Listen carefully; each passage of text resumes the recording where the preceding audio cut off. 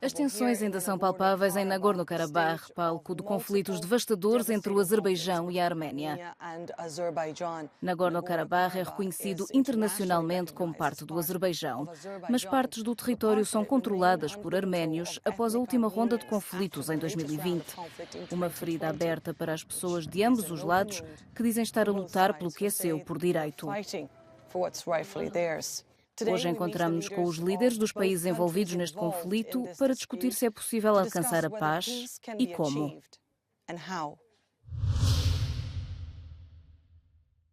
Senhor Presidente, obrigada por estar conosco. Senhor Primeiro-Ministro, muito obrigada por estar conosco.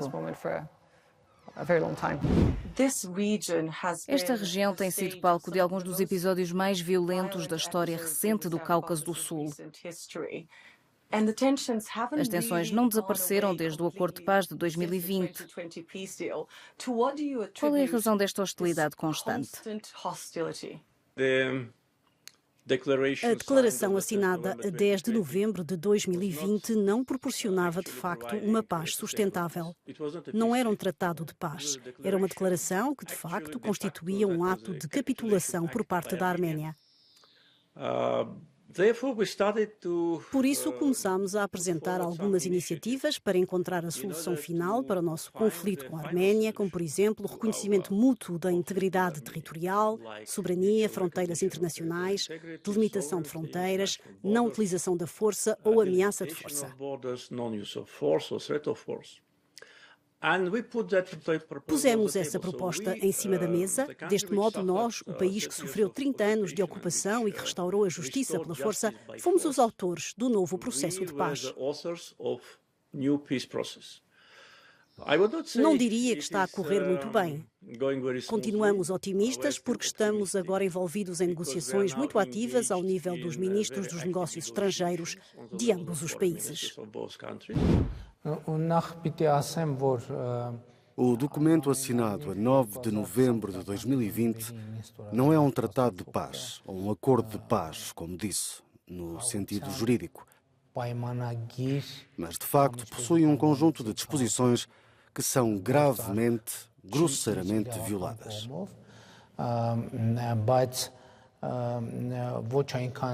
Concordo consigo que pode constituir e constitui um conceito no âmbito da futura arquitetura.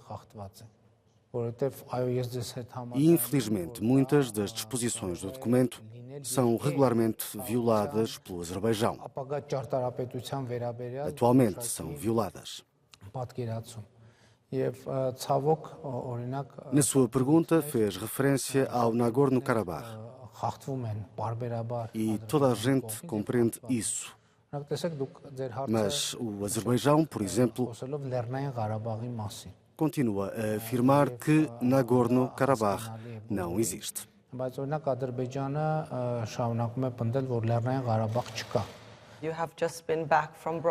Acaba de regressar de Bruxelas, onde se encontrou com o presidente do Azerbaijão. Reuniram-se várias vezes sob a mediação da União Europeia. Estas conversações de paz têm suscitado esperança de uma paz duradoura na região?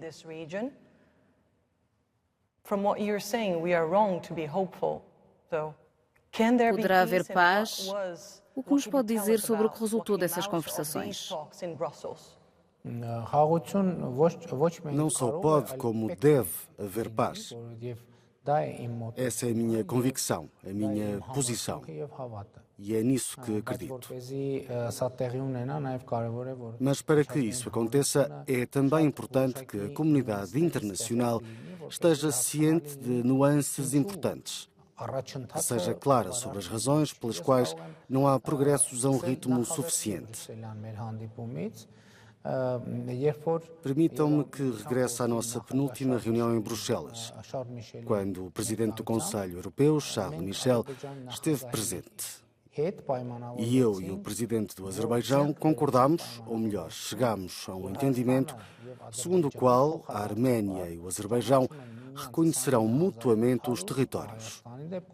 O território da Arménia, 29.800 quilómetros, e 86.600 quilómetros quadrados, o Azerbaijão. A integridade territorial de cada um. Até à data, o presidente do Azerbaijão não confirmou publicamente este entendimento. Também não o negou. Agora, esta é uma subtileza que cria uma certa falta de confiança. Penso que é correto ter esperança. Estas reuniões permitem-nos, de facto, abordar questões muito sensíveis. Como será a fronteira?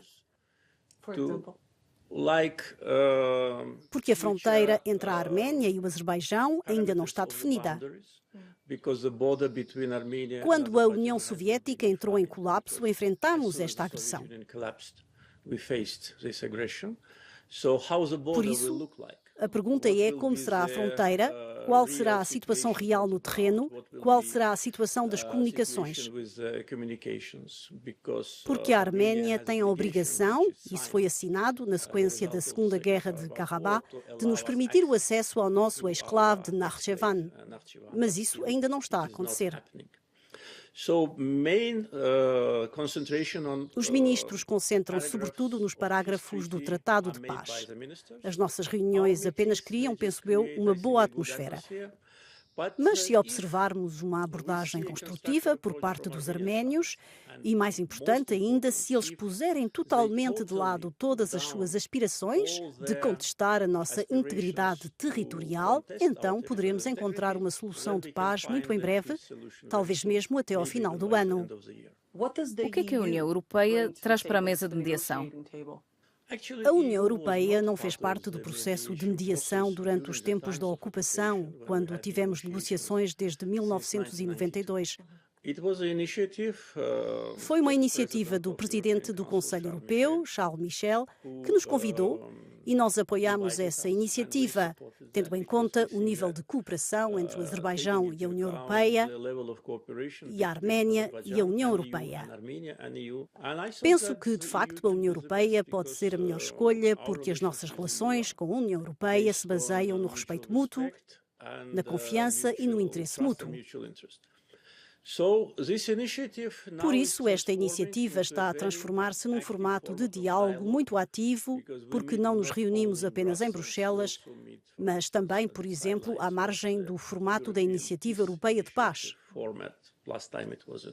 A última vez foi em Chisinau. Penso que é importante porque não permitimos que a situação estagne, porque se houver uma estagnação, uma espécie de pausa no jogo, então não há garantias de que não surgirá um cenário perigoso. Gostaria de começar por sublinhar que as vantagens da mediação são há muito conhecidas de todos. Mas todas as mediações têm lacunas. E se me permitem, vou falar sobre essa falha. Parte do princípio de que uma mediação eficaz é aquela em que o incumprimento de um acordo é seguido, no mínimo, da expressão de uma atitude política em relação àquele que não honra esse compromisso. Na plataforma de Bruxelas, por exemplo, não estamos a vê-lo. Estou sempre a levantar essa questão. Deixem-me até revelar-vos um segredo. Preparámos um documento a que chamamos Auditoria, onde enumeramos os acordos alcançados na plataforma de Bruxelas que não foram posteriormente honrados. E é um pacote bastante espesso. Acabou por ser um pacote bastante espesso, o que é alarmante. Considera que o facto de o Ocidente ter desempenhado um papel mais importante nesta região, em particular os Estados Unidos e a União Europeia, suscitou o antagonismo do mediador de poder regional mais tradicional, a Rússia? Ou o facto de a Rússia estar atolada na Ucrânia deu mais espaço a outros intervenientes para tentarem ajudá-lo a si e ao Azerbaijão a encontrarem um terreno comum?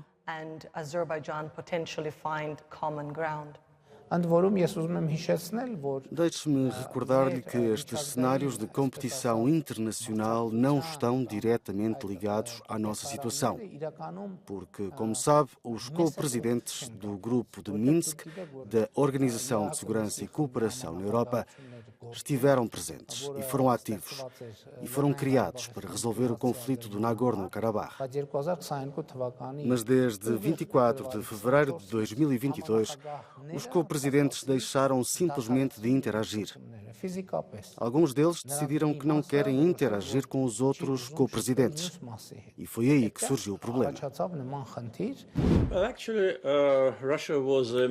A Rússia foi o mediador de um acordo de cessar-fogo ou declaração de 10 de novembro de 2020.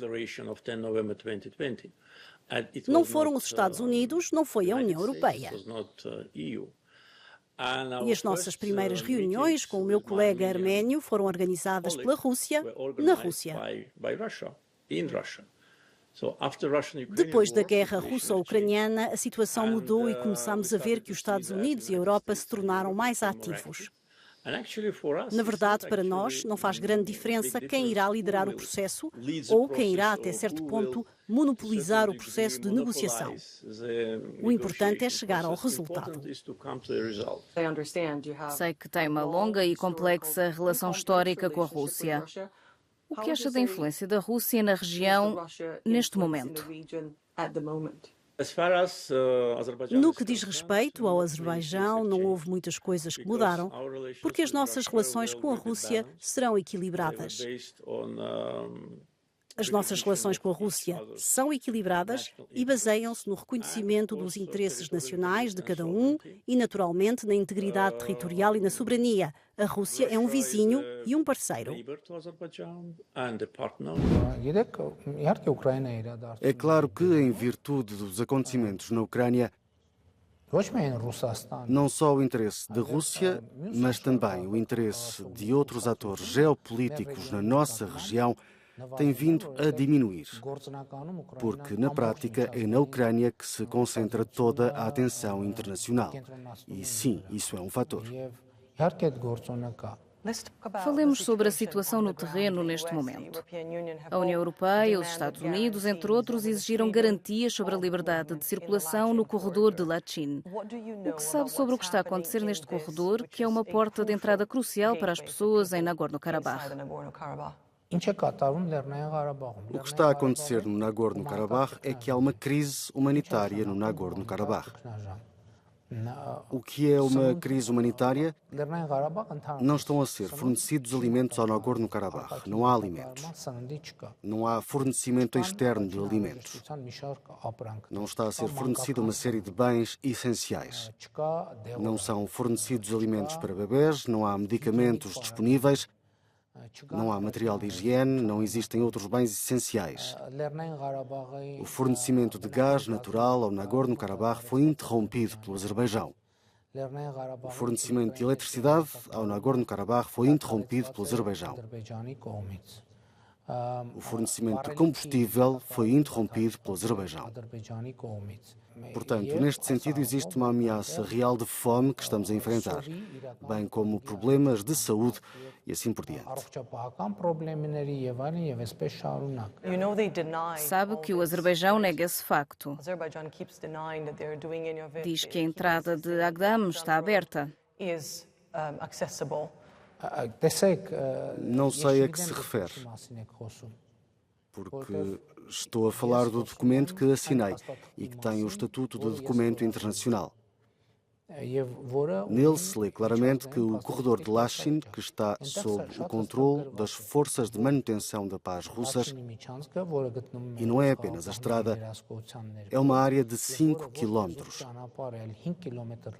Esse corredor deve estar fora do controle do Azerbaijão e deve assegurar uma ligação entre o Nagorno-Karabakh e a Arménia.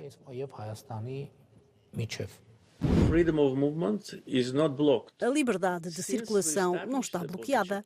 Desde que estabelecemos o posto de controlo fronteiriço a 23 de abril, mais de 2.000 residentes de Karabakh deslocaram-se facilmente para a Arménia e regressaram.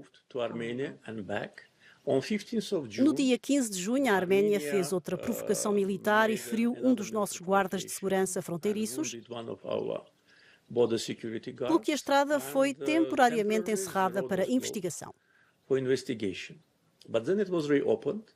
Mas depois foi reaberta. A Cruz Vermelha recomeçou a transportar medicamentos e a evacuar os doentes que necessitam de tratamento na Arménia.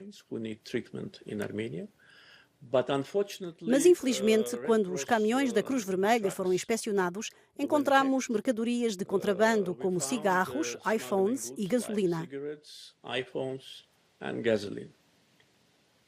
A Cruz Vermelha admitiu o facto e comunicou connosco, afirmando que não tem qualquer responsabilidade em relação a esses produtos. Mas os caminhões tinham o logotipo com a cruz e os motoristas também tinham essa cruz nos uniformes. Cerca de 5.000 pessoas perderam a vida de ambos os lados. Fui ao Nagorno-Karabakh e conheci muitas mães de soldados arménios mortos.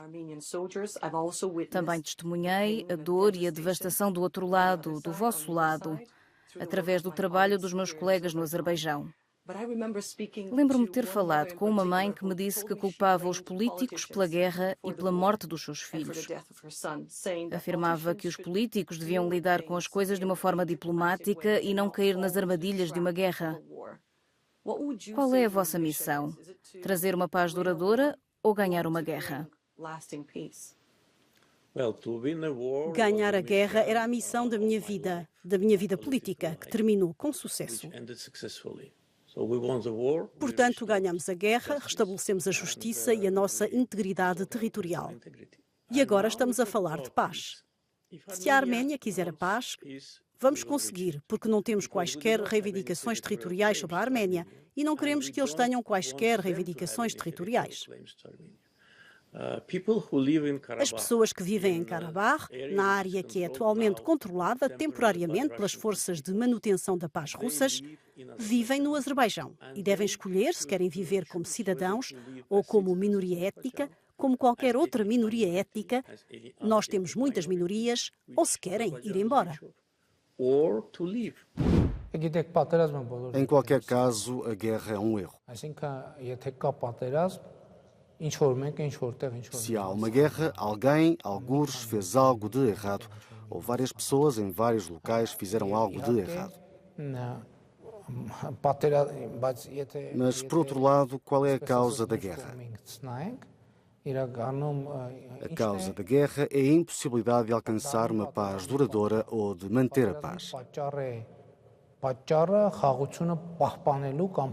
E essa impossibilidade é genuína, é real, é autêntica. Essa é outra questão. O meu filho também esteve na guerra. A minha mulher também esteve na guerra. E agora está a fazer uma pergunta muito séria. É uma pergunta legítima, de facto. Mas penso que a questão é muito mais profunda. Ao longo da nossa existência, a humanidade, os seres humanos têm falado da necessidade de evitar guerras, da necessidade de alcançar a paz em sítios como este, onde, porventura, os políticos foram maus ou são maus.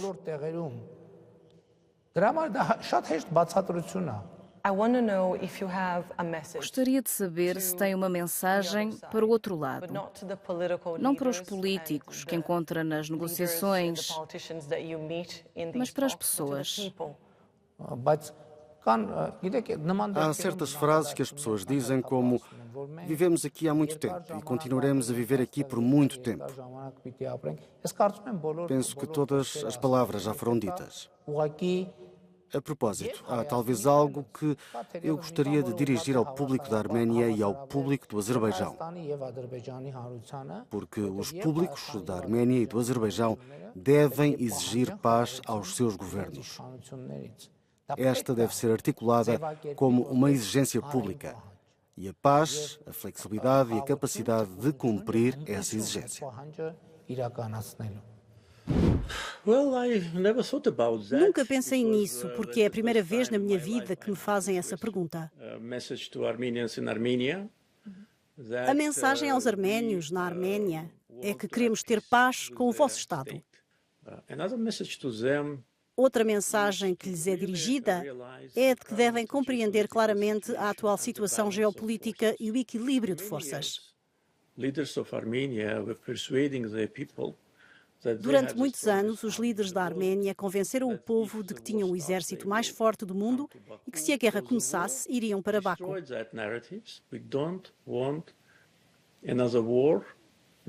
Não queremos outra guerra, nem hoje, nem nunca no futuro. Quanto aos arménios de Karabakh, não devem seguir os seus supostos líderes. Esses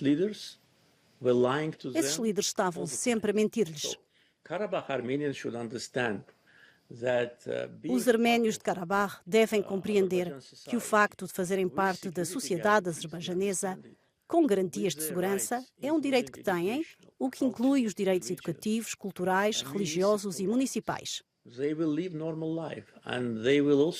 Viverão uma vida normal e deixarão de ser reféns da manipulação. Oferecemos-lhes uma vida normal e penso que, se me ouvirem, devem compreender e sabem que estou a falar a sério. President Aliyev, thank you very much for speaking to Euronews. Thank you. Prime Minister Nikol Pashinyan, thank you very much for speaking to Euronews. Я сам что